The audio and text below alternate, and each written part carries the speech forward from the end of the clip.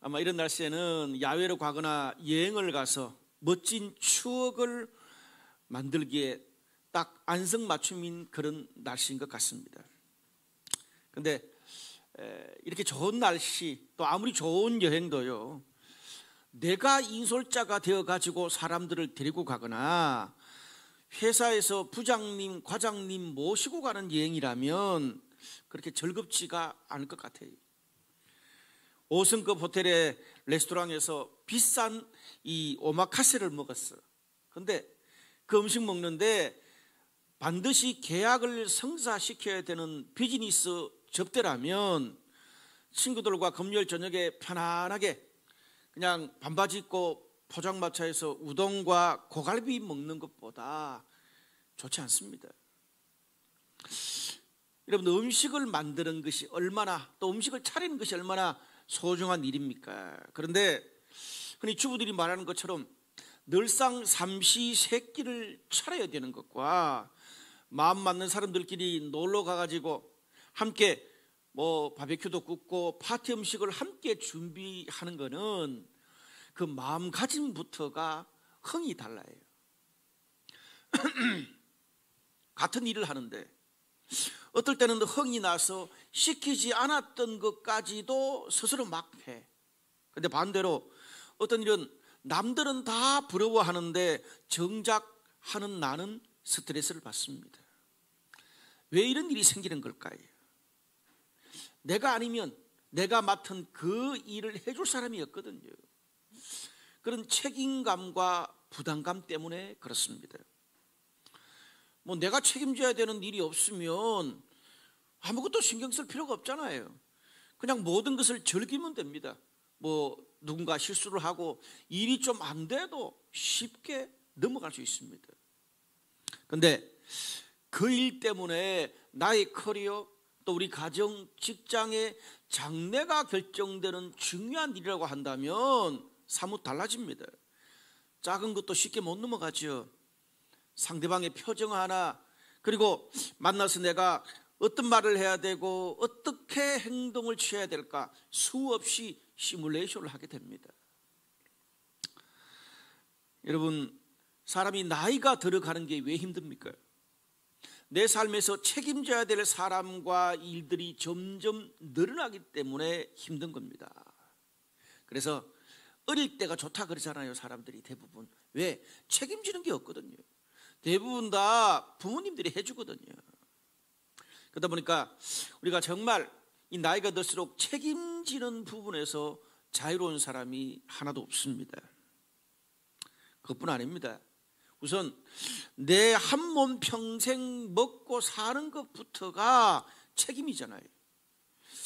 그것을 위해서 커리어 관리도 해야 되고 재정 관리도 해야 되고 미래 계획도 또 세워야 되고 또 남들과 경쟁도 해야 되고 집도 마련해야 되고 결혼, 자녀까지 있으면 삶이 정말 고단해지는 겁니다. 우리 지난주부터 고단한 삶에 찾아온 위로 시리즈 설교를 듣고 있습니다.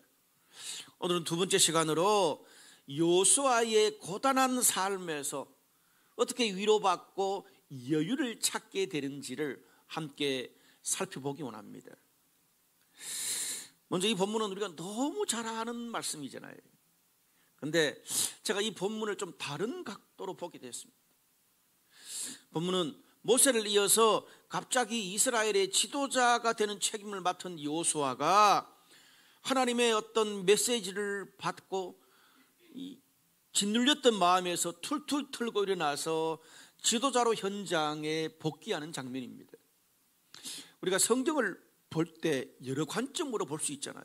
구원의 관점에서 볼 수도 있고 또 흔히 이 본문은 지도자의 관점에서도 볼 수 있고, 그런데 저는 오늘 여호수아가 갖는 이 책임감, 부담감의 관점에서 오늘 본문을 한번 보기 원합니다.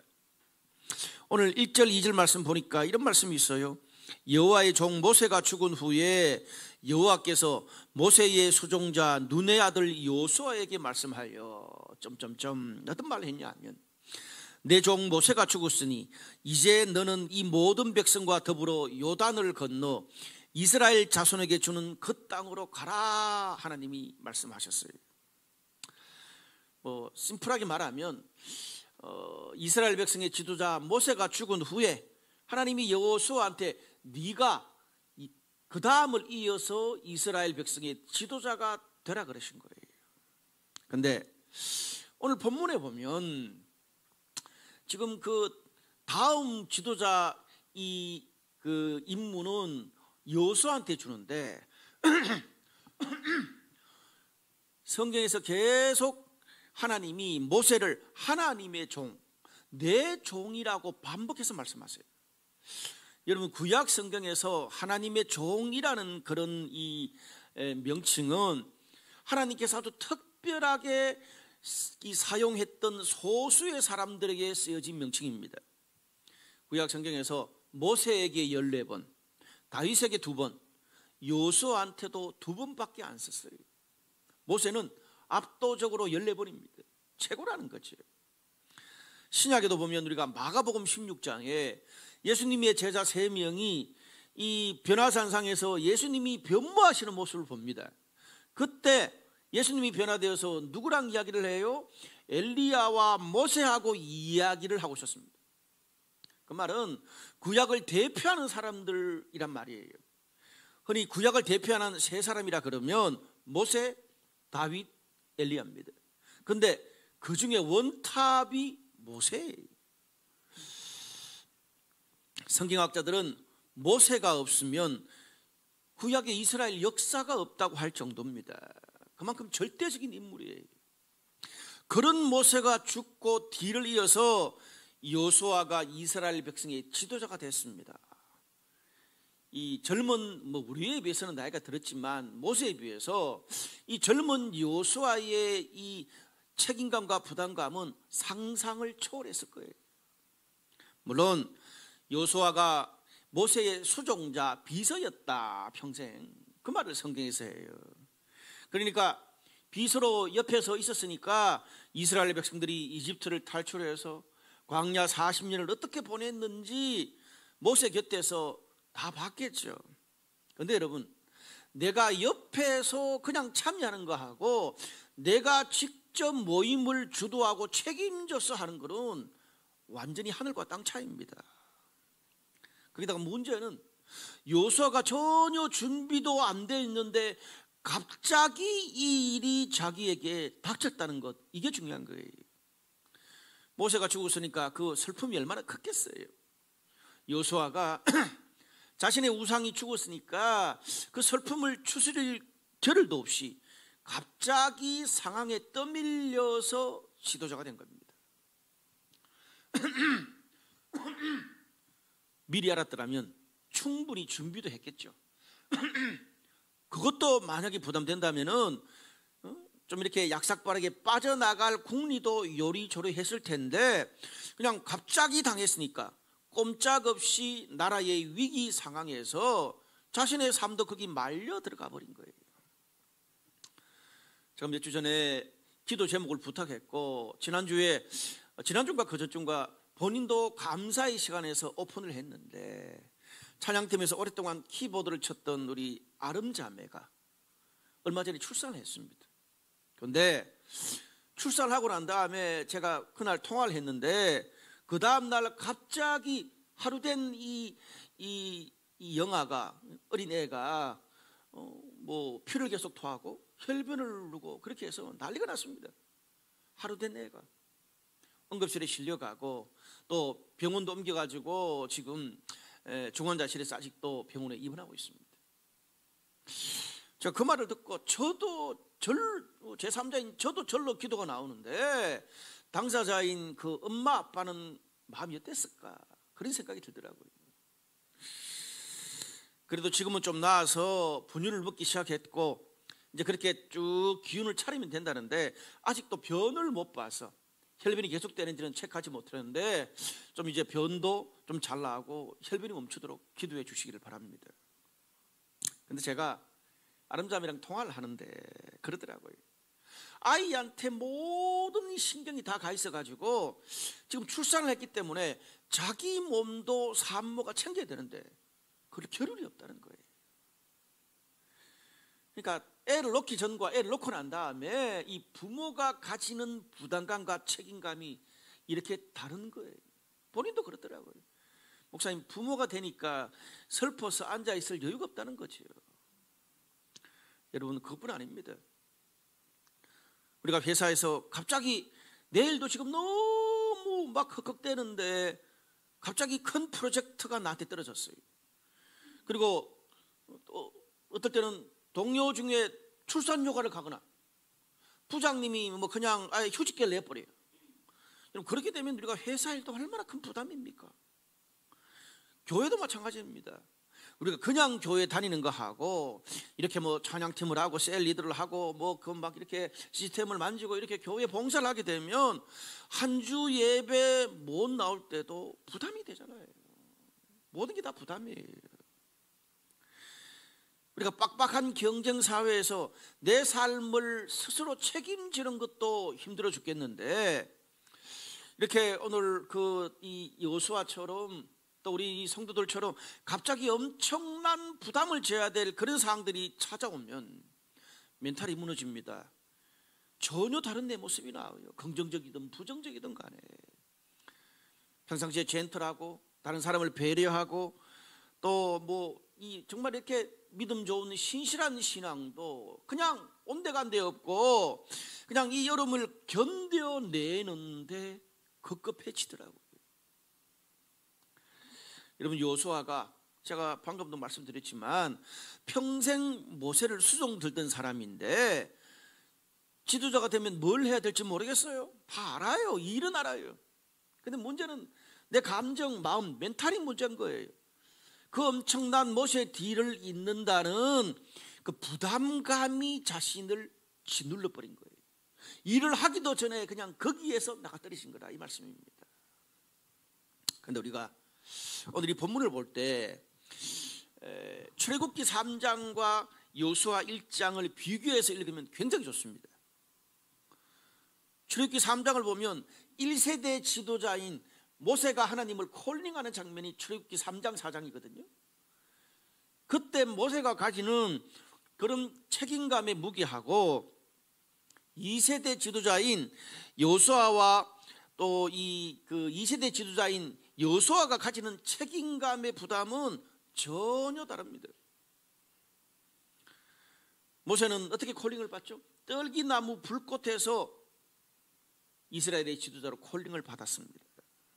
근데 그 쭉 3, 4장을 읽어보면 출애굽기 하나님이 주신 그 엄청난 그 일 업무에 대해서 나는 자격이 없고 능력이 없습니다를 계속 반복해요. 나중에 하나님이 짜증을 내세요.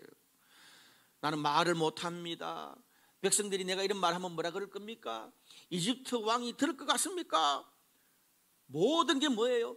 자기 자신한테 포커스가 가 있습니다. 모세는 하나님이 나중에 도저히 안 돼서 말 잘하는 형님까지 인맥으로 붙여줍니다.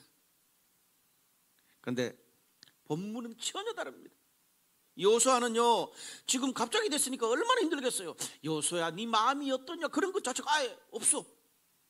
그리고 그의 부족함을 채워줄 대책도 붙여줄 아론도 없어. 그냥 여호수아 자신에 대해서는 전혀 없어요.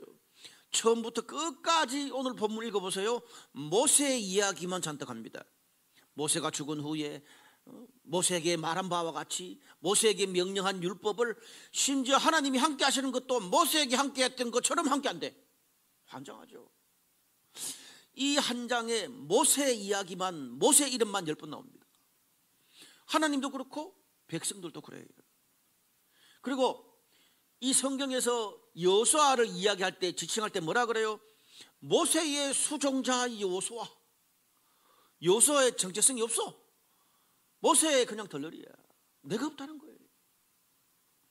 도대체 제가 이 본문 읽으면서 이게 여호수아가 지도자인지 죽은 모세가 지도자인지 모르겠어요. 여러분, 이런 의미에서 1세대 지도자인 모세는 비교 대상이 없으니까 오로지 하나님이 나한테 맡긴 그 사명을, 이스라엘 백성을 어떻게 잘 이끌지 그것만 주구장창 생각하면 됐어요. 그런데 여호수아는 그거는 기본으로 해야 됩니다. 이만큼 40년 동안 가나안 땅 입구까지 들고 왔으니까 그 기본으로 해야 되고, 거기다가 추가해서 생각도 성격도 리더십도 일의 모든 결과까지 하는 일마다 자기보다 앞서갔던 부모 세대고 선배인 모세하고 늘 비교를 당해야 했을 것입니다. 한마디로 여호수아 자기 뜻대로 뭔가를 할 수 있는 게 아무것도 없어요. 내가 뭘 하는데 내 뜻대로 하는 게 없어. 자, 생각해 보십시오. 가나안 땅에 들어가는 민족의 비전, 그게 이제 네 비전이 돼야 된다 그랬는데, 그 비전 하나님이 여호수아한테 준 거예요? 아니에요. 모세한테 줬어. 그리고 율법을 잘 지키고 순종하면 너희가 형통할 거다. 그 앞에 뭐가 있어요? 모세에게 명한 율법이래. 무슨 말입니까? 신앙생활하는 방법까지도 모세가 했던 패턴 대로 그대로 따라해야 돼. 여러분, 모태신앙으로 자라면 그렇잖아요. 부모님 다니는 교회, 부모님이 이렇게 그 양육받는 목사님 다 그냥 그대로 따라하는 거예요. 심지어 오늘 15, 16, 17, 18, 19까지 가면 백성들도 다, 백성의 리더십들도 모세 시대에 세워놓은 사람들이야. 그러니까 백성들을 설득을 하려고 그래도 모세 부장님, 모세 아빠 엄마, 모세 리더님이 그랬는데 라고 해야 말을 듣잖아요. 제가 지금 너무 과하게 말합니까? 아니에요. 이런 것이 너무 힘들다고 여호수아가 이야기해도 여호수아를 이해할 수 있는 사람이 몇 명 있었겠어요? 모르긴 해도 아마 모세 시대 사람들은 이렇게 말했을 거예요. 여호수아야, 네 힘든 거 안다. 근데 우리가 출애굽을 해서 광야에 40년을 헤맬 때는, 내 때는, 나 때는 이런 거예요. 그때는 먹을 것도 없어가지고 매일 하늘에서 메추라기와 만나가 떨어져야 먹을 수 있었어. 그게 더 편하죠, 일 안 하고. 그때는 우리가 전쟁을 안 해봤기 때문에 오합지졸이고 군대도 없었어. 가나안 땅에 대해서 말로만 들었지 본 적이 없어. 그런데 우리는 그냥 믿음으로 갔어. 근데 여호수아야, 지금 네 때 봐. 이제는 농사도 지을 수 있고, 광야에서 전쟁하다가 군대도 생겼고, 부모 세대가 40년 고생해서 판을 다 깔아놨기 때문에 여호수아, 너 그때는 광야에서 출발하는 게 아니고 이제 가나안 땅 바로 앞에서 출발하잖아. 감사해야지. 모든 형편이 다 좋아졌는데 뭘 못하겠어. 강 하나만 건너면 가나안 땅이잖아. 여호수아 입장에서 어떤 생각이 들겠어요? 아니, 당신네들은 광야 시대에 어쩌다 한 번씩 전쟁했지만 이제 우리는 가나안 땅 가기 위해서 강 하나 건너면 매일 전쟁을 해야 되는데, 그 경쟁 투쟁이 다른데 그걸 어떻게 비교합니까? 무슨 말입니까? 여호수아는 부모 세대 선배들이 만들어 놓은 모든 가정, 직장, 신앙생활의 시스템과 분위기 가운데 들어가서 그냥 적응할 수밖에 없고, 또 나이 차이 나고 세대 차이 나는 그들의 마음을 얻고 그 가운데서 하나님이 주신 목표를 이뤄내야 했습니다. 이게 오늘 본문의 핵심이에요. 여러분, 대한민국도 마찬가지 아닙니까? 부모 세대들은 아무것도 없는 데서 가정, 직장, 교회 막 나라를 세우는데 온 에너지를 집중했습니다. 우리도 그 고난 가운데서 그렇게 하라 그러면 우리 젊은 세대는 못해요. 근데 우리 그 다음 자녀들 세대는 어떻습니까? 그 부모의 고난 가운데 세워놓은 그 기반에서 시작하는 우리들은 어떤 다른 고난에 직면해야 됩니까? 끊임없이 경쟁사회에서 비교당하면서 모세하고 비교하고 모세 시대 사람들하고 비교하고 그렇게 살면서 신앙을 지켜내야 합니다. 여러분, 제 시대만 해도, 제가 대학 다닐 때만 해도 그때는 낭만이 있었습니다. 대학 때 뻑하면 캠퍼스에서 기타 치고 놀고 주변 친구들은 술 먹고 돌아다니고 그렇게 4년을 놀아도요, 졸업하면 거의 대부분 취업을 해요. 백수가 거의 없었습니다. 대학 졸업생 중에. 직장만 할 계획이 없어도 그냥 방 하나에 월세방 하나 얻을 수 있으면 결혼할 수 있었어요. 그 시기는. 제가 대학 때 해외여행 자율화가 됐거든요. 제가 대학 때 딱 해외여행 자율화가 되자마자 필리핀에 처음 갔는데 막 부르버가지고 난리가 났어요. 난리가 나서 저는 거기서 수두가 걸렸습니다. 참. 더 중요한 거, 제 주변에 우울증, 공황, 자살하는 사람들이 손에 꼽을 정도였어요. 거의 없었어요. 근데 거기에 비하면 지금은 자유롭게 해외여행 우리가 갈 수 있잖아요. 뭐 인터넷과 SNS로 전 세계와 소통할 수 있고요. 아니, 스마트폰 하나로 은행 업무, 그리고 쇼핑, 통보액도 다 가능한데 이렇게 세상이 좋아졌어요. 고생하던 모세 시대가 아니라 강 하나만 건너면 모든 것을 다 적과 꿀이 흐르는 가나안 땅에 도달할 수 있다며요. 근데 왜 이 여호수아 시대에 사는 사람들이 무기력증, 공황, 중독, 자살하는 사람이 과거보다 수십 배나 더 많아졌을까요?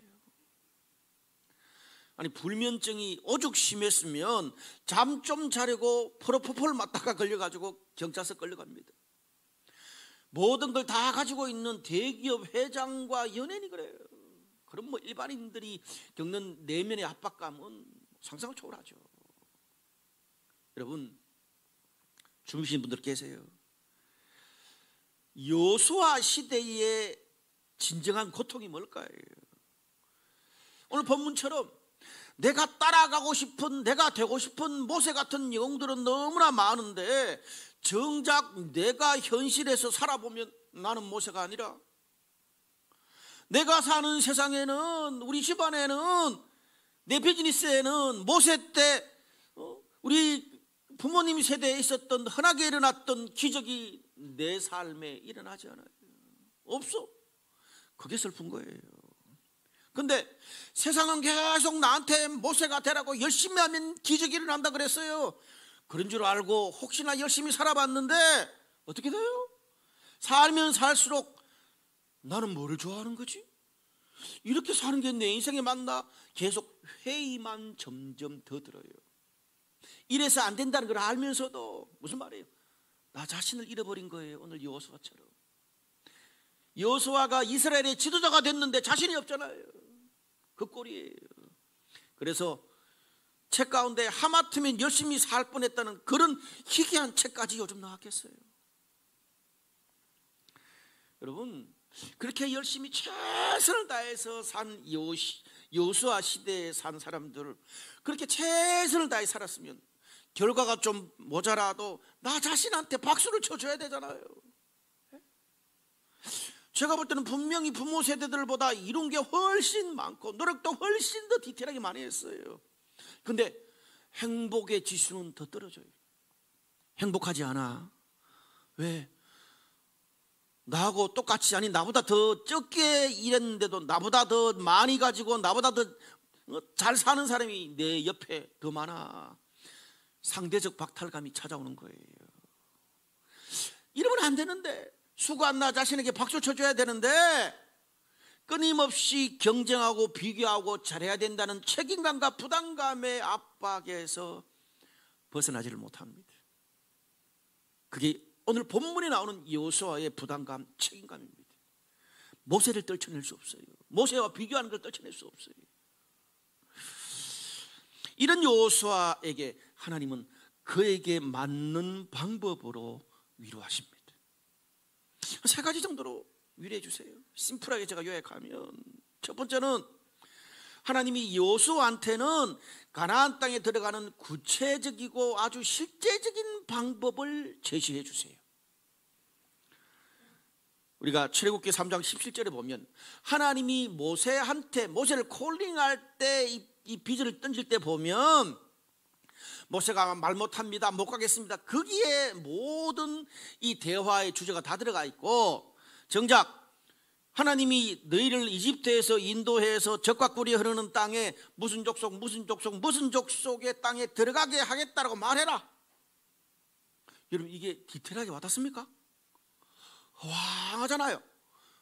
이집트를 탈출해서 적과 꿀이 흐르는 땅에 무슨 족속의 땅에 들어간다 그래라 허황한 원대한 비전을 던졌는데, 모세는 지금 내가 그걸 할 수 있는가에 붙잡혀 있다 보니까 그냥 이 비전이 얼마나 나한테 와닿는지 실제적인 거는 신경 안 쓰고 받아버렸어.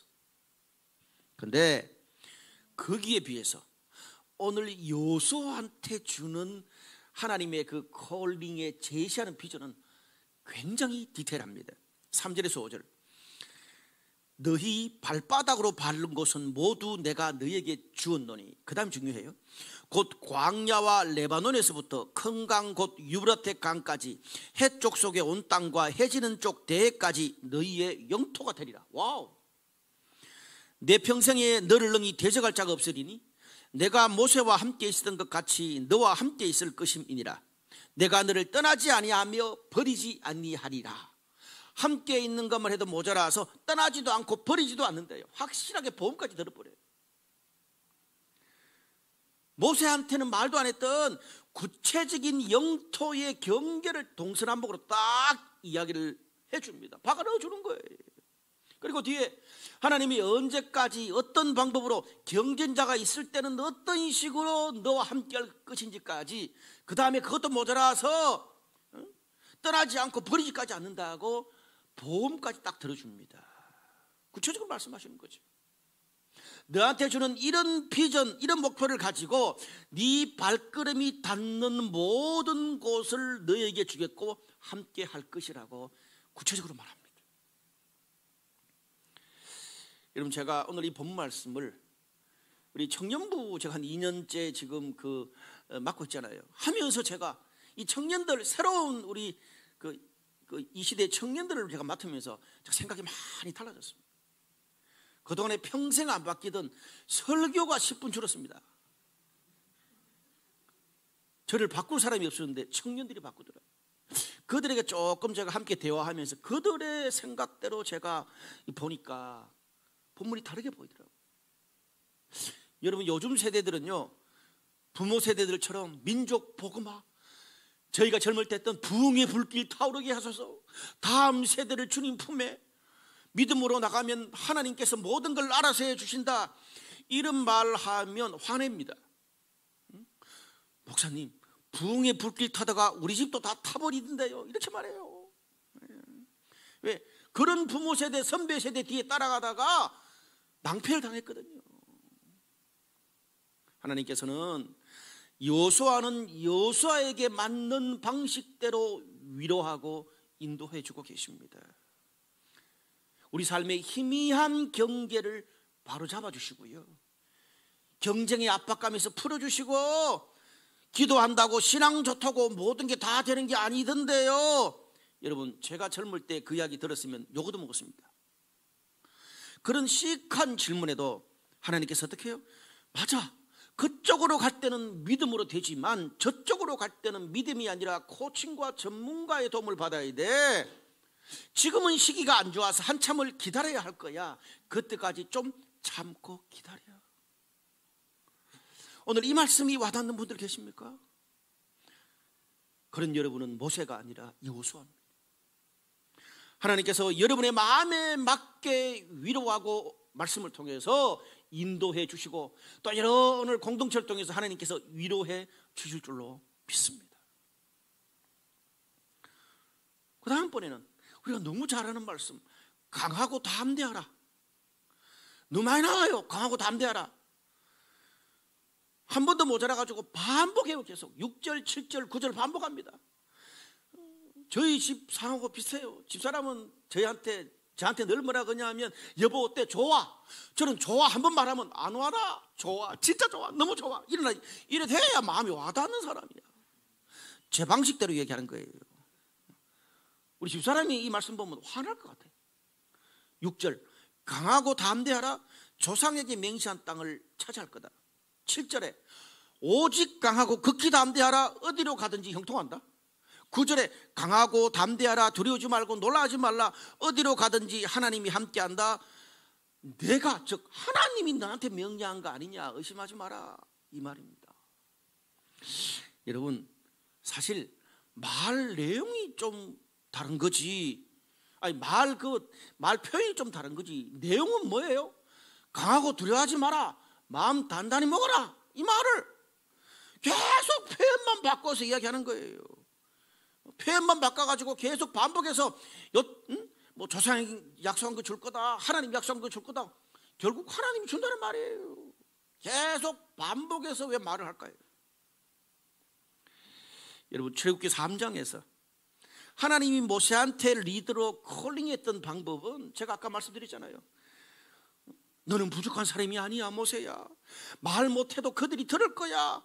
기적을 줄 거야. 손을 여기에 넣어봐. 유치해요. 그리고 이렇게 말하고 저렇게 말하고 네가 못하는 인백 아론까지 붙여줄게. 자세하게 말해요. 왜? 모세 자신이 못한다 그러니까. 근데 여러분, 그렇게 말하면 여호수아한테 와닿겠어요? 그거는 이미 모세한테 얼마나 들었겠어요? 지금 힘들어하는 여호수아한테 하나님이 똑같이 모세한테 했듯이 말하면 그건 가스라이팅이에요. 희망 고문이고 격려가 아니라 잔소리밖에 안 돼요. 안 그래요? 여러분, 여호수아는 똑똑합니다. 경험이 풍부해요. 처음 이 리더의 일을 하는 게 아니잖아요. 옆에서 봤잖아요. 모세가 어떻게 하는지 옆에서 다 봤기 때문에 뭘 해야 될지는 다 알아. 뭘 할지를 몰라서가 아니라 뭡니까? 멘탈이 중요한 거예요. 압박감이 중요한 거예요. 낙심하고 쓰러지고 의심이 들고 일이 안 될 때마다 반복해서 하나님이 그럴 때마다 변함없이 너를 인정하고 기다려준다는 하나님의 확신이 여호수아한테는 필요합니다. 한마디로 영적 멘탈만 붙잡아주면 어떻게 해야 되는지를 다 알아요. 근데 똑같은 소리 말씀 보고 기도하고 또 이러면 화가 확 일어나는 거예요. 여러분, 요즘 이 땅에서 겪는 우리들의 그 고통, 경쟁, 비교, 책임감, 부담, 이 정체성의 문제는 한번 은혜 받고 마음을 단단히 먹는다고 됩니까? 아니에요. 오늘 은혜 받고 괜찮다가도 또 같은 상황에 가면 흔들려서 오고 불안해서 오고 안 돼서 죽을 것 같이 오고 늘 그게 반복되잖아요. 그럴 때마다 뭡니까? 오늘 여호수아를 만나주신 하나님, 그럴 때마다 나도 이렇게 늘 반복적으로 실수하고 나도 늘 이렇게 반복적으로 혼란을 겪고 나도 늘 반복적으로 징징대는 이거 너무 나도 싫은데 하나님이 끝까지 들어주신다는 거예요. 그 하나님의 확신을 받아야 돼요.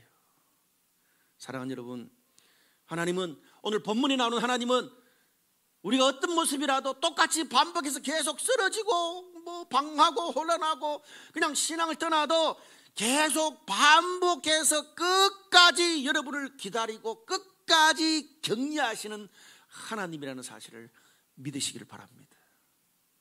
말씀의 결론을 맺을게요. 오늘 7절, 8절, 10절 말씀에 오직 강하고 극히 담대하여 율법을 다 지켜 행하고 우로나 좌로나 치우치지 말라. 그리하면 어디로 가든지 형통하리니 이 율법책을 내 입에서 떠나지 말게 하며 주야로 그것을 묵상하여 다 지켜 행하라. 그리하면 네 길이 평탄하게 될 것이며 네가 형통하리라. 이에 10절에 여호수아가 그 백성의 관리들에게 명령하여 이르되, 하나님의 말씀의 인도와 확신을 따라 사는 것이 진짜 강한 거다. 그렇게 살면 네 능력대로 사는 것보다 더 형통해진다고 말을 합니다. 여러분, 여기에 율법을 지켜 행해라, 좌로나 우로나 치우치지 마라, 율법을 입에서 떠나게 하지 마라, 주야로 묵상하라, 이 무슨 말입니까? 어찌하든지 너희들 삶에 말씀을 가까이 하라는 거예요. 매일 그래서 큐티하는 게 중요하고, 그리고 주일날 와서 말씀을 듣고 또 셀에서 나누는 게 중요하고, 그뿐 아니라 삶의 모든 영역에서 그 말씀에 맞나 안 맞나 거기에 늘 초점을 맞추어 살면 내 힘과 능력으로 사는 것보다, 당장은 몰라도 그것이 3년, 5년, 10년을 거쳐서 보면 훨씬 더 네 능력대로 사는 것보다 평탄하고 형통해질 것이다. 그래.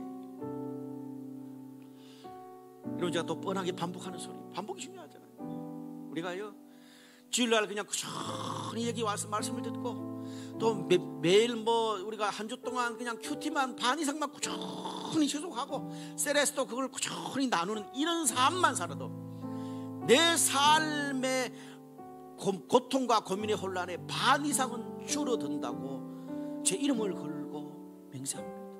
그렇더라고요. 안 그럴까요?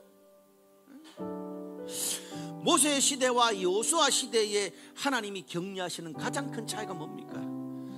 모세 시대는 기적은 있었어요. 율법이 없었어. 말씀이 없었잖아요. 왜? 모세가 죽기 전에 기록한 게 율법이니까. 그러니까 그 시대 사람들은 하나님을 어떻게 느껴요? 내 삶에 웃자다 일어나는 기적이 있어야 하나님이 함께 하시는 걸 느끼는 거야. 이게 문제예요. 근데 말씀 율법은 어떻게 해요? 내가 그냥 하나님 말씀 앞에 서면 되잖아요. 말씀이 나오는데 내 길을 내가 그 자리에 가면 되잖아요. 하나님의 기적이 일어날 수 있다고요. 이 10절 말씀에 이에 그렇게 두렵고 떨던 여호수아가 이에 기적이 아니라 말씀을 듣고 그래 모세 시절의 사람들한테 가가지고 어떤 말을 합니까? 전쟁에 참여할 겁니다. 얼마나 부담스러운 말입니까? 그 두 지파 반한테는 가족들 놔두고 당신들은 전쟁 갑시다. 그 말 듣겠어요?